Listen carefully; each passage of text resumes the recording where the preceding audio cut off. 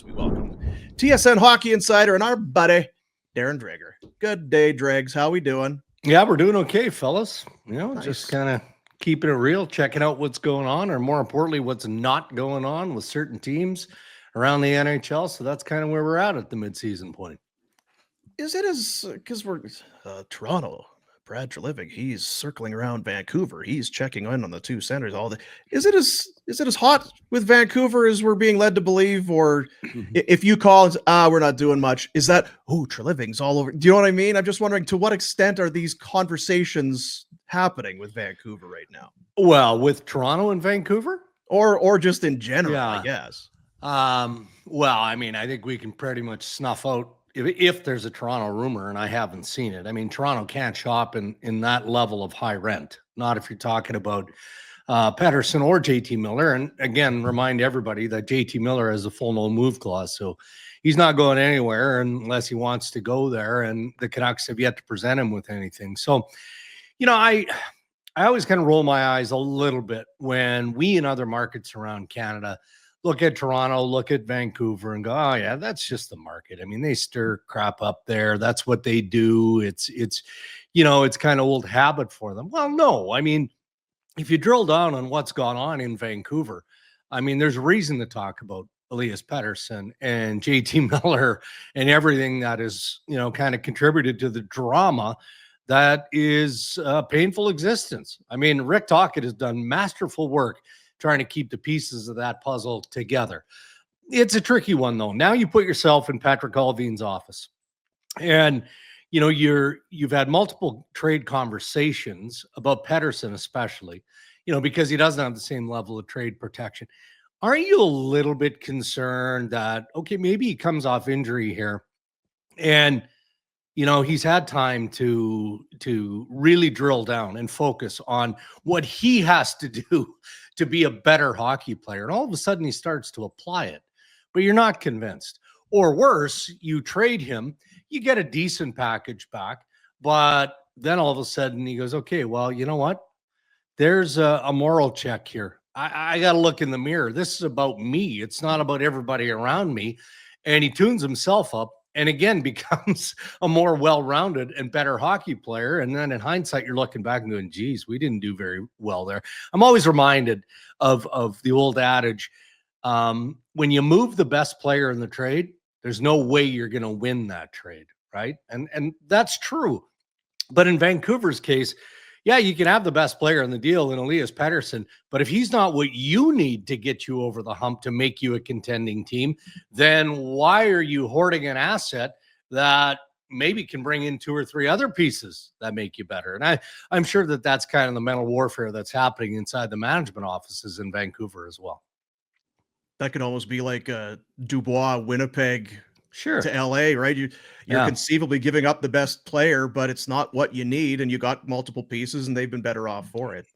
So yeah, it's interesting to watch. I still, because of the no trades, I just think that it all becomes so very difficult. You've got to find, like you say, you got to find teams that this is a fit, and you like the return, and they can make the money work. And then you got to go to the player and say, we've gone over all these hurdles. Now, how do you feel about going to City X? It just seems nearly impossible. And look, we did a regional game last night, Toronto and Carolina. And our good pal, Chris Johnson, earlier this week on Insider Trading connected the possibility of Carolina and Vancouver with Pettersson in mind.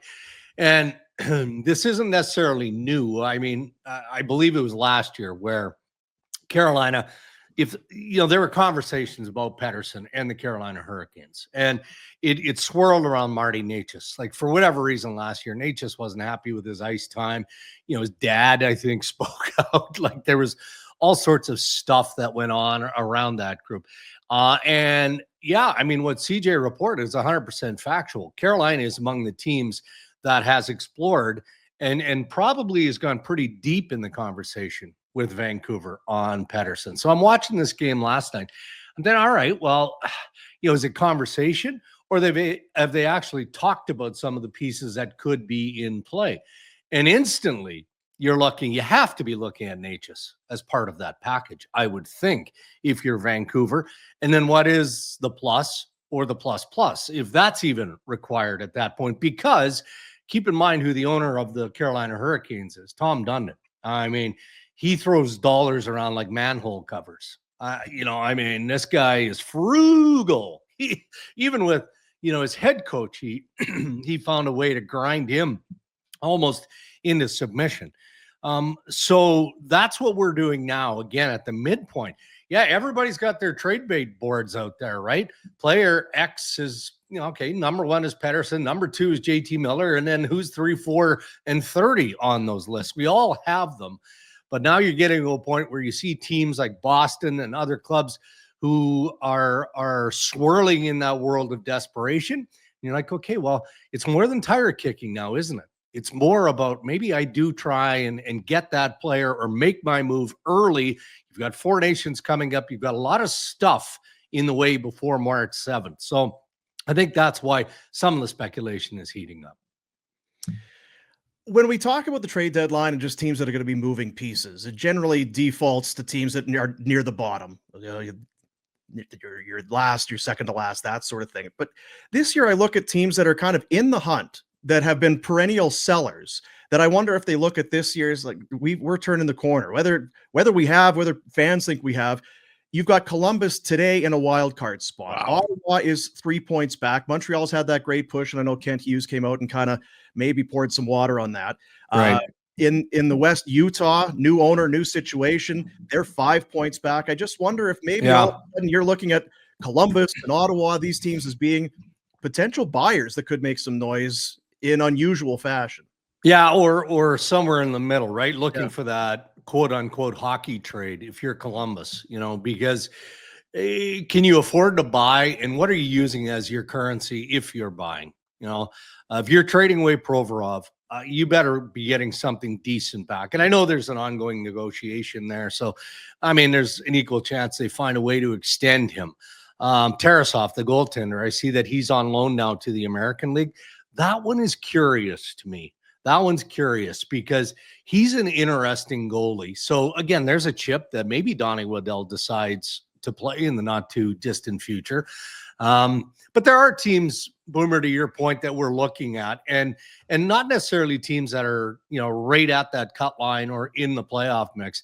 I'm thinking of Seattle. There's a team that's swirling right now. What is Ronnie Francis going to do? Because I like Ronnie Francis as a general manager, but I also know the expectation of ownership in Seattle and where they thought they'd be by now. And if they don't get there and they're in danger, or it's pretty evident by March 7th, they're out of the playoff mix.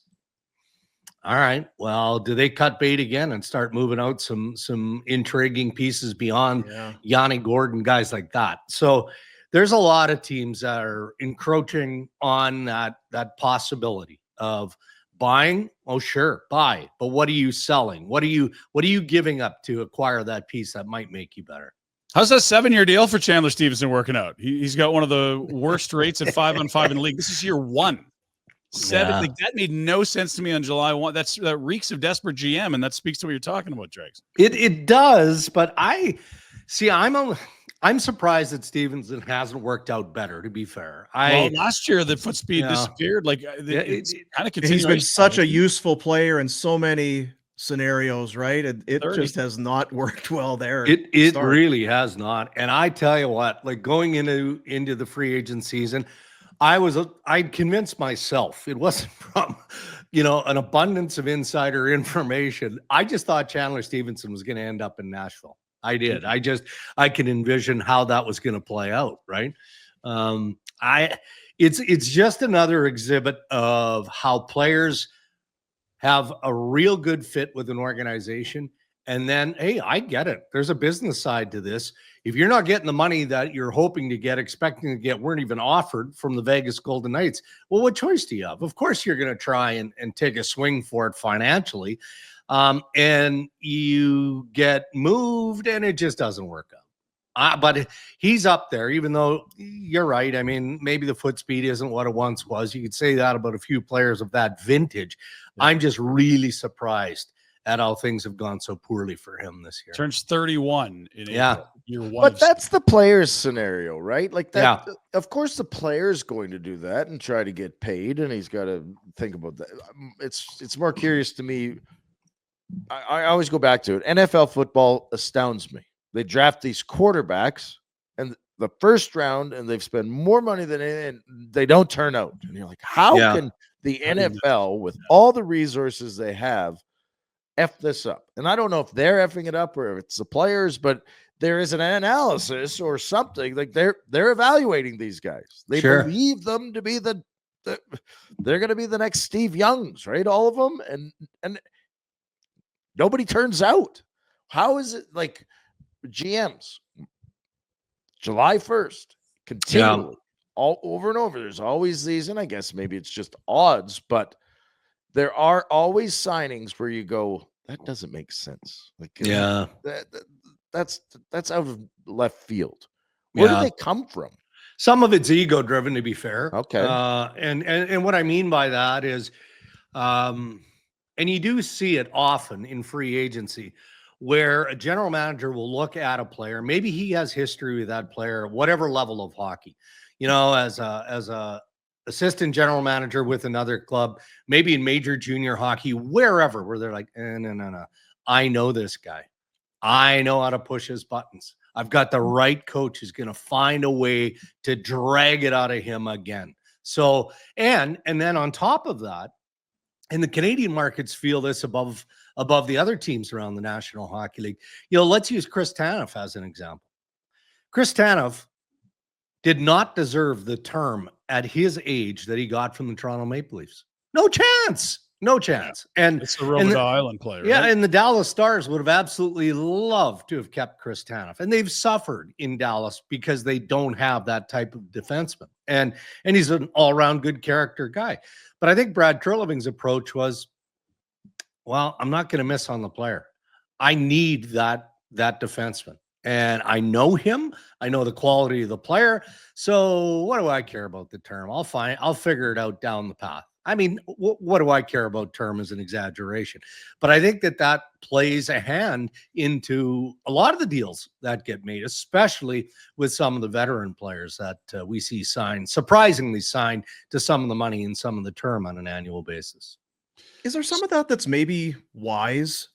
Because we kind of had a talk. We were talking about it the other day about where the Flames are at and what kind of player, what age, and the structure of contract and term and that sort of thing.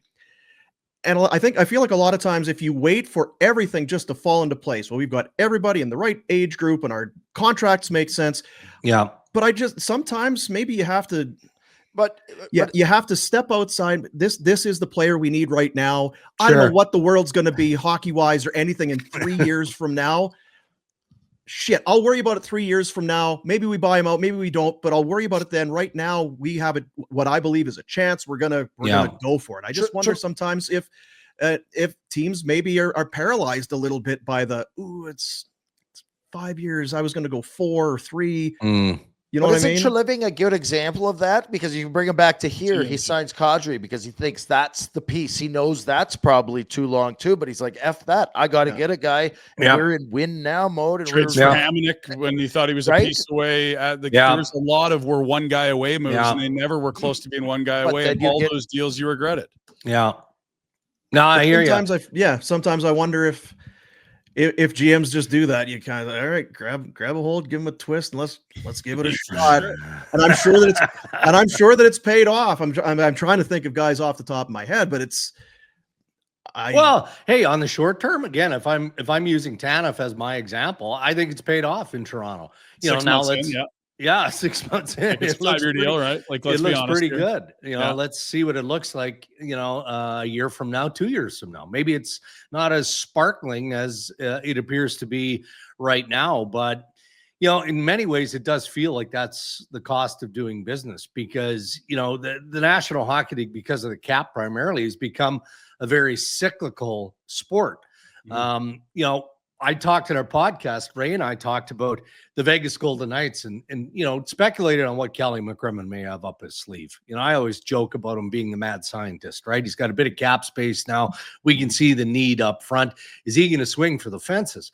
And I wouldn't say that he was offended by that commentary, but in fairness to him, that's just a flip comment and expectation from a management group in Vegas that has done a lot of work since, dropping into the National Hockey League as an expansion team. But, I guess they've done a ton of work in the last several months in getting to a place this season where they like where they are organizationally. And honestly, aside from, having a need, I'm sure they'd like to add a veteran piece up front. But beyond that, they're set. They're pretty deep there. So it's less about, Kelly McCrimmon having to be super creative and aggressive and all of that. And certainly not sitting back, but maybe looking at the league now and patiently waiting for the right possibility. I'm sure he's got a whiteboard that has 20 names on it that he'd like to investigate, and probably has put the lines in the water, but it's not through the same place of necessity because, and it's still early. We're at the midpoint. I was going to say, because for the most part, Vegas is healthy, and we know that could change pretty quickly in regard to the Golden Knights. But general managers do approach things differently for different reasons, depending on what their situation is currently. Well, and just the thought on Vegas, Ryan, if I'm an owner, I'm fine having Kelly McCrimmon as my GM. I would rather have a guy that's swinging for it and wants to win, because I think it helps if you're going to take major chances. Yeah. If your hockey staff, if your hockey people are smart and know what the hell they're doing, if you're going to be able to find some pieces along the way to supplement positions where maybe you've traded away or whatever, I'd be worried if we're spending a lot of picks and we don't know what the hell we're doing at the draft, on the draft floor, or come trade deadline. I just think you have the luxury maybe of being a little bit more aggressive when you do know what the hell you're doing. But they're also benefiting from where they are in the sure. world, right? And and that's you have to know your market. Kevin Cheveldayoff cannot treat. I don't think he can do it that way, and maybe all of Canada can't do it, right? Like, do you know what I mean? Like, I think every situation's got to be different, and McCrimmon can do it in Vegas because guys want to go there and play. They've had success. It might blow up eventually, and I appreciate what he's doing. I think it's great. But he also knows guys want to come here. Guys want to stay here. If I do go get them, I could keep them. I could probably get them at a good price. Yeah. And if I have to dump them, I'll find a way. That's a great comparison. It really is. And not, you could put Winnipeg in that group with Vegas, with the Florida teams, with Dallas, with Nashville, all of the tax friendlier locales. We know this to be true. Anytime there's a free agent that Kevin Cheveldayoff covets, would like to bring in, automatically Winnipeg's down on the list, even though they're a top contending team. You get around the trade deadline, and there are players without trade protection in recent history that have found a way to say, I don't want to go to Winnipeg. Well, what do you mean you don't want to go to Winnipeg? Like, you don't want to win? You don't want to live there? Okay, well, have a vacation spot somewhere else. You'll be fine. But you're right. Vegas doesn't have to deal with that. And some of these other tax-friendly centers don't deal with it either. There was a signing. I forget who it was. Sorry, Ryan. Jumped in there on you. Good. But there was a signing, and I was wondering, who was it that signed this week and they took all that deferred money? Oh, Vatrano. Is that going to start to be a thing? Do you think that's a way for teams, the higher taxed places to can they manipulate that and take advantage of it? I mean, it comes down to the player willing to do it. Right. Teams will try. Teams will try, and they'll probably do it more so with veteran guys. Vatrano was a surprise, similar to Seth Jarvis with the Carolina Hurricanes when he did it. John Tavares is on an expiring contract. He'd love to stay in Toronto. I would think that Treliving will try and get that AAV as low as possible. So that's a vehicle that he might be able to use. And he might be able to use it before the expiration date of the current collective bargaining agreement, because I think the NHL is going to step in and at least have the conversation with the Players Association. Okay, what do we not like about this? Do we need to do something to curb it? The Vatrano one, to me, and this is just me, doesn't make sense. And no, it's not just me. A lot of player agents I spoke to after that deal hate it, think it's crazy, because you're talking about 10 years down the road. And I don't know about you guys, but I'm old school in that sense. You know, I want to earn my money, but I want to get paid. And then I want to put my money in the hands of the people that I trust to invest it and help my money grow. I don't want to have to think about deferred money 10 years down the road. I mean, how do they know what the tax system is going to look like a decade from now? So that one was weird. It was just flat out weird. But for the older guys, there's two things that we're going to look at. And I don't want anybody's eyes to glaze over here who's paying attention or watching. So you've got the deferred salary, which you're right, is becoming more and more of a thing. And then you've got RCAs, which is the retired compensation agreement, right? And that's becoming more and more of a talking point in negotiations, mostly for the older player or the player who's at least in the back nine. And if he's looking at a multi-year deal, he might want that to be a part of it because he recognizes that it'll ultimately be his last contract. So there is some creativity. I'm just not sure if that deferred salary is the right way to go at this point. Imagine if California closes that loophole and he's got to pay full tax on that anyway. Like, it's governments, right? Like, it's not like, oh, here's the rules now, that's what they're going to be in 10 years. Like, these municipalities and states and provinces are going to try to close these loopholes that are there, like the Ohtani one. And when you splash $700 million US in front of California's face and you say, oh, you're not going to get taxed on this, I'm going to pay this when I live somewhere else, they're going to put legislation in place to try to stop it. It would be an absolute disaster if you didn't get paid for 10 years and you still have to pay all the tax. And it was like you've lost a lot of money and a decade of accruing values. That would be man. I mean, you're sounding like a lot of the agents that I've talked to who don't understand it and don't appreciate it. They just, but look, I mean, that's why you have good representation. And the guy who manages, Peter Fish, is an experienced agent. I mean, I guess if you want to give credit from a position of being devil's advocate, give credit to Solomon or whoever did it from Anaheim's perspective. It likely wasn't Pat Verbeek, but someone in that group. Because, and I love this when it came out, oh, hey, Anaheim, we're not that far away from being a cap spending team. So now we have to protect every nickel. I mean, unless Pat Verbeek goes out in free agency and just starts knocking them out of the ballpark and brings in a bunch of big contracts, they seem to be a ways away from needing or wanting or expecting to be a cap team. So I just don't know why Frankie Vatrano was the guy to experiment on this at this point. Okay, so one conversation we've had a bunch in the last 2 weeks, and we've come back from vacation. We're thinking big picture. They're supposed to play Tuesday, they didn't. Like 10,000 foot view. Rasmus Andersson has 2 years left with the Calgary Flames in his contract. He makes $4.55 million. When he becomes a free agent, we're hearing the cap might be around $110 million. He might be worth double what he's making now in that new cap era in terms of percentage of the cap. Mm-hmm. He's also 28 now. He'll turn 30 the first month of his new deal. He feels like a max term guy. If it's Calgary, it'll be 8 years. If it's elsewhere, it's 7. If Chandler Stevenson's getting 7, he's going to get 7. Yeah. How the Flames treat Rasmus Andersson to us will be very revealing. Because is it we're not really going to strip it down to the studs and we'll just try to be, here and there, get value where we can on expiring contracts? Or is it like, hey, we're going to trade Rasmus now, get max return, bottom out a bit, and get into that range in the draft where you can find a superstar? How do you sort of view that whole decision with the Flames? Because we think it's going to be telling. Well, I'm 100% with you, and you've laid it out beautifully, and I think it's too soon to say. It's too soon to say. If I was forced to answer, and I think if Craig Conroy was forced to answer, he would say that no, we're still in it to win. We still believe that we've got the guts, the nucleus of a group that can win. So in the moment, they would probably lean towards extending. But let's see where we're at as you get closer again to March 7th and the NHL trade deadline.